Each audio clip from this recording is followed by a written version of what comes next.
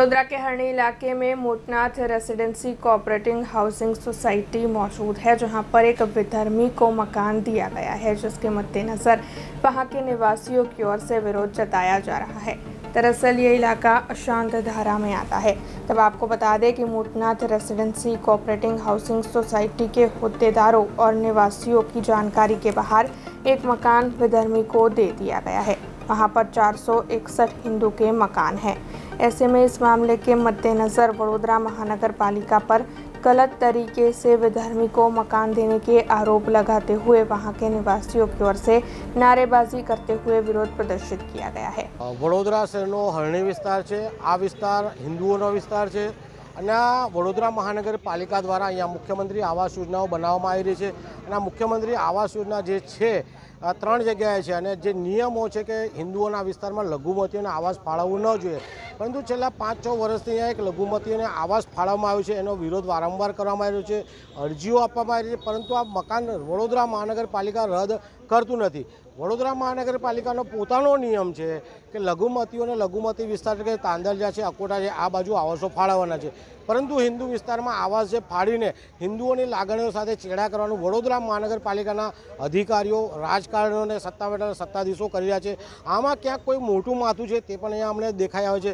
જો આ આવાસ વહેલામાં વહેલી કે રદ કરવામાં નહીં આવે તો આગામી દિવસોમાં વડોદરા મહાનગરપાલિકાના નગરસેવકો છે, ધારાસભ્યો છે, સાંસદો છે, વડોદરા મહાનગરપાલિકાની વડી કચેરી છે, આ તમામનો અમે ઘેરાવો કરીશું અને ત્યારબાદ પણ નિરાકરણ નહીં આવે તો મુખ્યમંત્રી સાહેબને ઓફિસમાં જઈને પણ એમનો ઘેરાવો કરીને આ આવાસ રદ થાય તેવા પ્રયાસ કરીશું। મોટનાથ આખો એરિયા એવો છે જે અશાંત ધારા હેઠળ આવે છે, જેમાં અમારા આખા મોટનાથ રેસિડેન્સીના 12 ટાવરમાંથી ફક્ત કે 204 નંબરનું મકાન એવું છે જે લઘુમતી કોમના અસીમને ફાળવવામાં આવ્યું છે।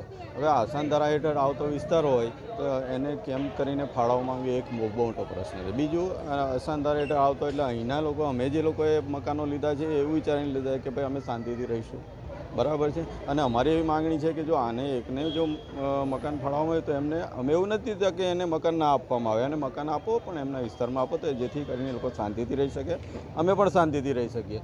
અને મને એક સવાલ એવો થાય છે, અમારા આખા રેસિડેન્સીનો એક પ્રશ્ન એવો છે કે શું અશાંત ધારા હેઠળ આવતો આ જે વિસ્તાર છે તો કોર્પોરેશનને નહીં ખબર હોય અને આટલા બધી રજૂઆતો કરવા છતાં પણ, અમને બાંહેધરી આપવા છતાં પણ એ એમનું જે મકાન છે ટ્રાન્સફર નથી કરવામાં આવ્યું, તો શું એમને કોઈ દાબ દબાણ આપવામાં આવે છે, ઉપરથી કોઈ એવું કંઈ પ્રેશર આપવામાં આવે છે, કંઈ ખબર અમને ખબર નથી પડતી।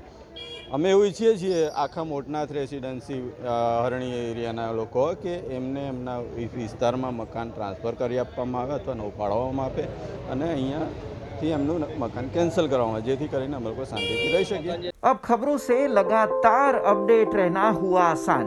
BRG न्यूज आपके मोबाइल स्क्रीन पर आज ही BRG न्यूज की mobile app Google play store और ऐप स्टोर से डाउनलोड करें और खबरों से लगातार जुड़े रहें।